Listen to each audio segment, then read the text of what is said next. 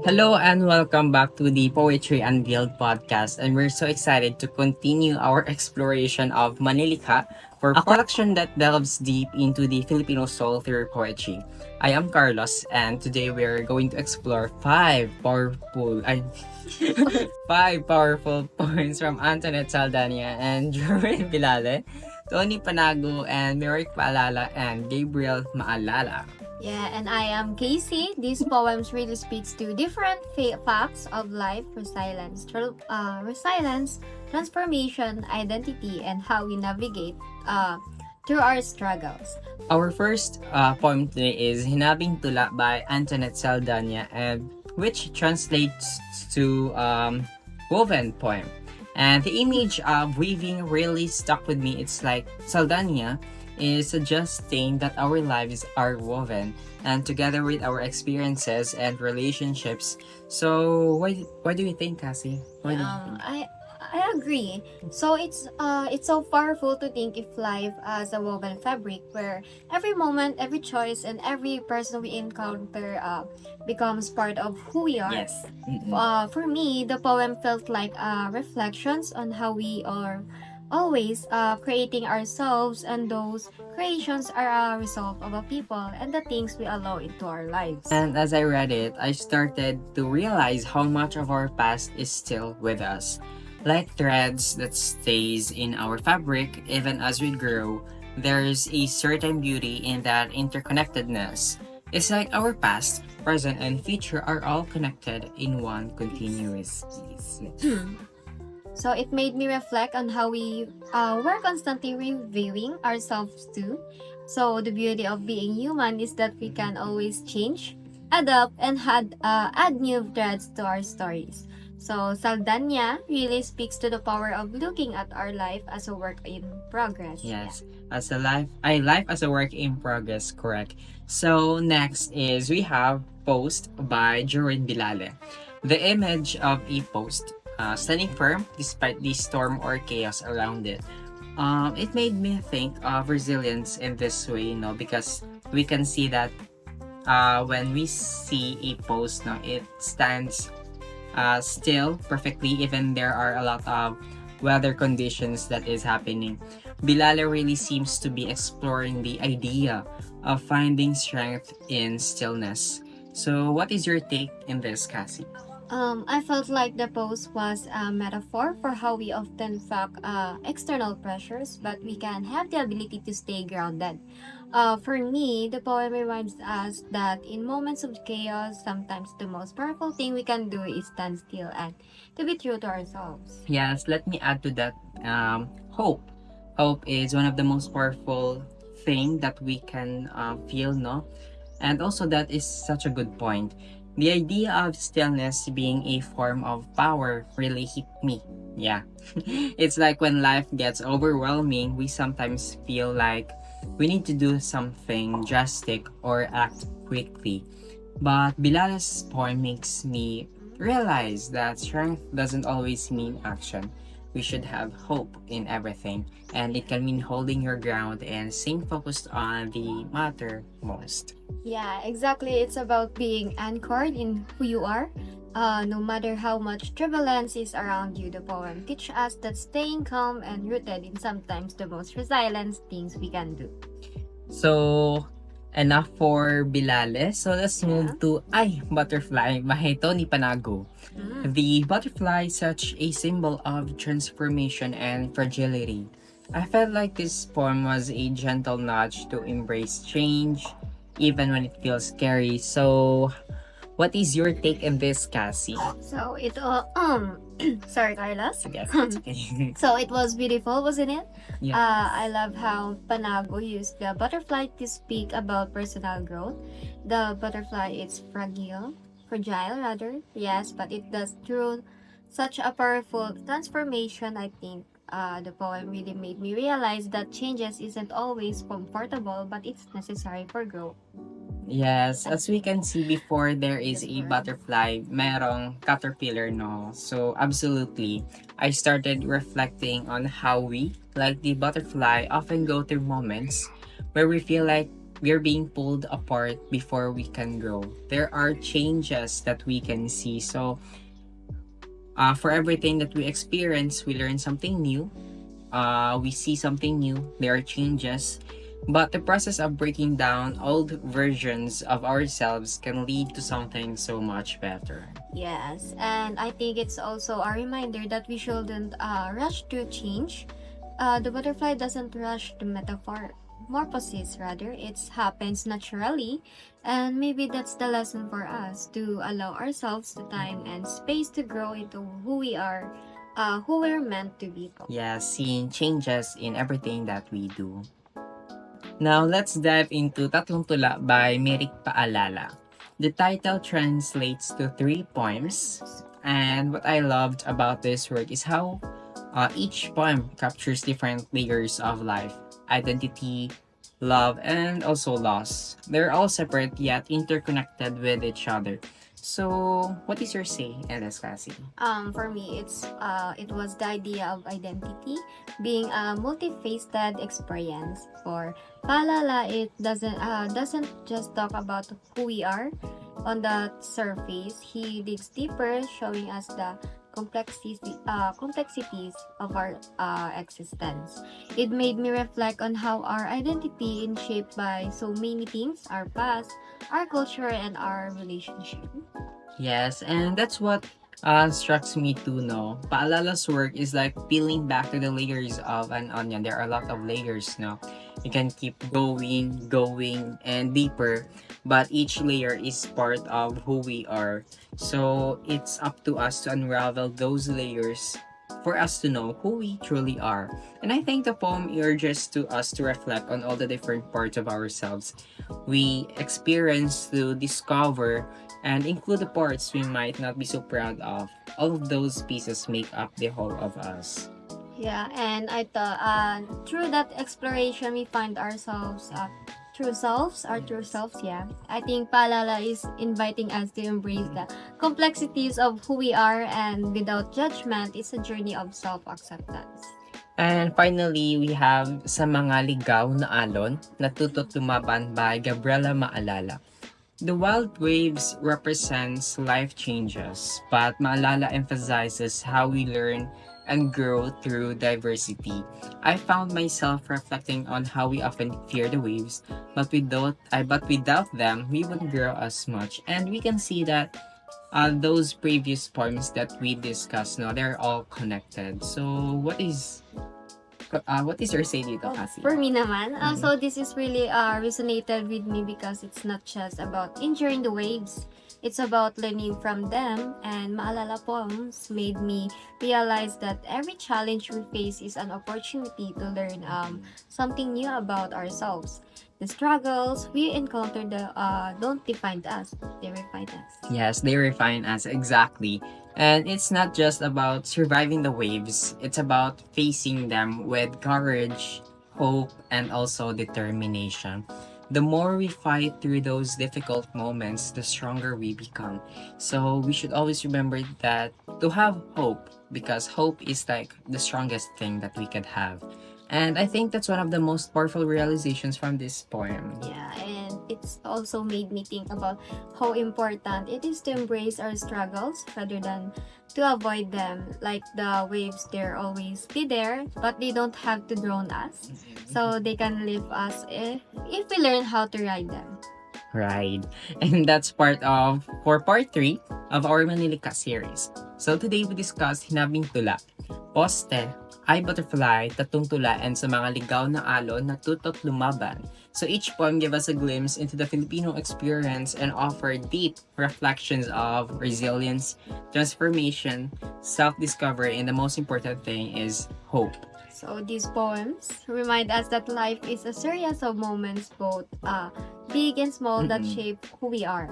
So the poems gave us a chance to reflect on our own journeys and find meaning in the everyday challenges we face.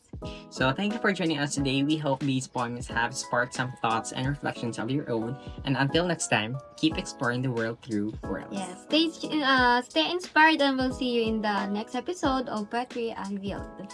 Bye! Buyers, guys! Yay.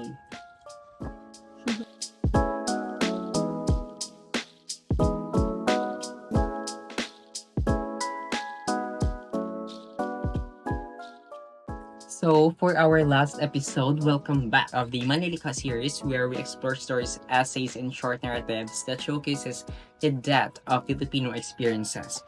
I am Carlos, and we'll be discussing works from Beverly C., MJ Rafal, RB Abiva, and also Ronel Talusan. Yeah, and I am Casey. Today we'll be talking about Dalawang Kwento by Beverly C., Sanaysay, Tundo at Tokhang sa Aking Gunita by MJ Rafal, Apat na Dagli by RV Aviva, and kung ngayon magsusulat si Rizal by Ronel Talusan. These works give us a snapshot of different aspects of Filipinos life, history, struggles, memory, and the future. So let's start with Dalawang Kwento by Beverly C. The title translates to two stories, and what I found compelling was how the two stories are not just different but interconnected, showing the contrasts between them. So, what is your say about this, Cassie? So I really like how she played with the idea of duality in this poem.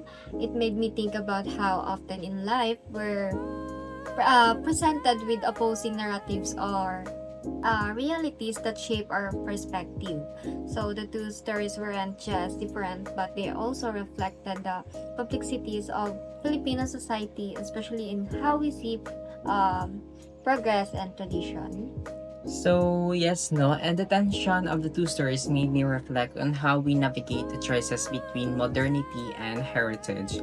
It felt like a metaphor for the Filipino identity itself. So, how we constantly balancing these different influences and forces that we see in our society right now. C's work really speaks to how these opposing sides can exist together even it's comfortable. So the poem invites us to consider how both stories are part of our collective experience, like two sides of the same coin. We can't understand one without recognizing the Yes. other. So next is we have Sanaysay, Tundo at Tokhang sa Aking Gunita by MJ Rafal. Dami naman. Yes. Dami po. Madami. A powerful essay that reflects on memory and social issues, particularly the war on drugs, no, which happened during our pandemic. The rawness of Rafal's experience with Tondo and Tokhang was jarring, but deeply thought-provoking. So, yes. So, yeah, the vividness of the memories Rafal shared really struck me, and it felt like the essay was not just about the past, but also about how those memories are still alive today.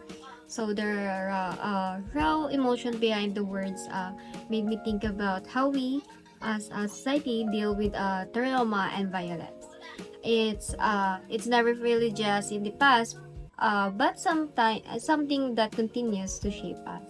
It also made me reflect on how, as Filipinos, we often suppress or push aside the painful rather chapters of our history and communities. Rafal's essay forces us to confront rather these comfortable truths, how certain places and events in our country remain a painful and escapable memory. And yet, there's always a sense of hope in Rafal's writing. It doesn't dwell in despair, but also look at the resilience of the people. So, despite the darkness, the way she navigates through that mix of anger, sadness, and resilience really made me think about how we process collective grief as a nation. Yes, we can see right now that there are a lot of societal issues that we can see, no? So, even hope is very important. That is why resilience to people makes them fight for what is important right now. So next, we have Apat na Dagli by RB Abiva.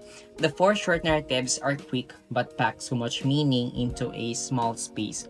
Each story has a unique theme, but they all feel connected by their faces on the individual's experience within larger societal issues. So I love how each Dudley felt like a snapshot, like each moment in the stories was frozen in time, but the emotions were so very real.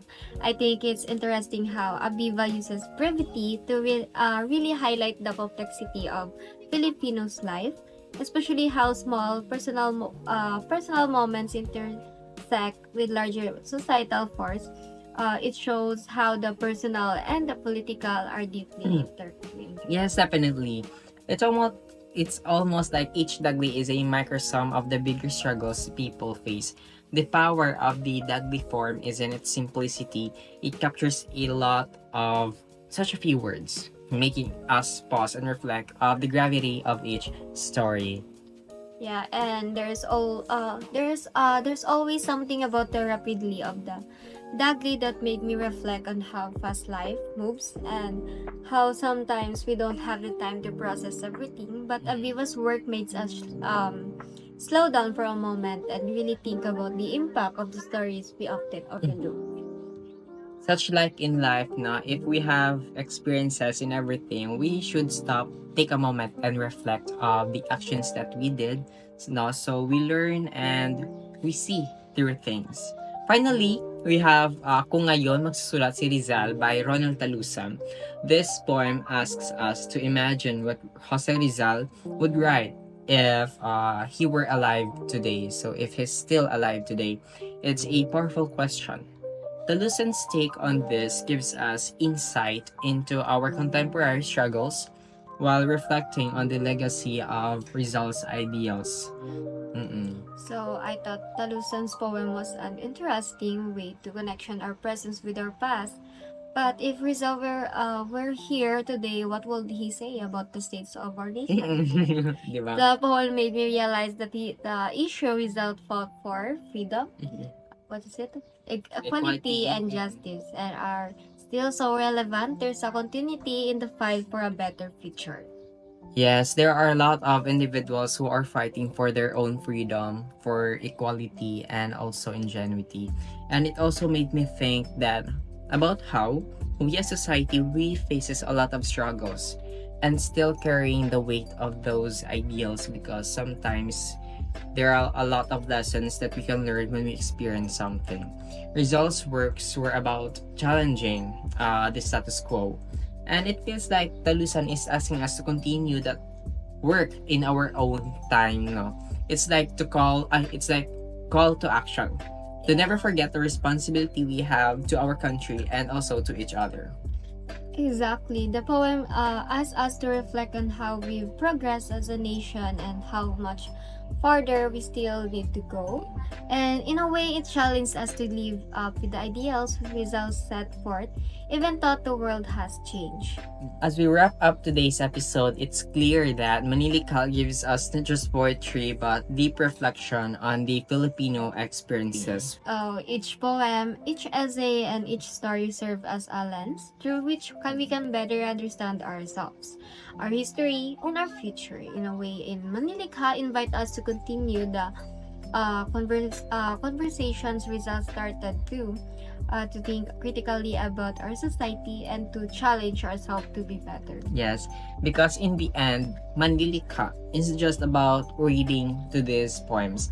It's about internalizing their messages, reflecting on our place in society because if we have to experience those struggles like which we have read in Manlilikha, it's very difficult. Yeah. So that is why we have to have some time to rest, to have some peace, and to have some realizations in the life that we are experiencing right now.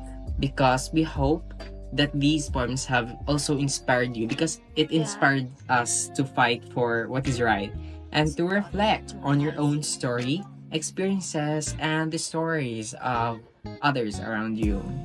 Yeah, so thank you for joining us on this journey to part 4 of Manlilikha. We hope these poems have inspired Yes. you to reflect in our your own story and the stories of others around you. And until next time, keep reflecting Keep questioning. and keep exploring the The world world through through words. words. Bye Bye, bye. Done.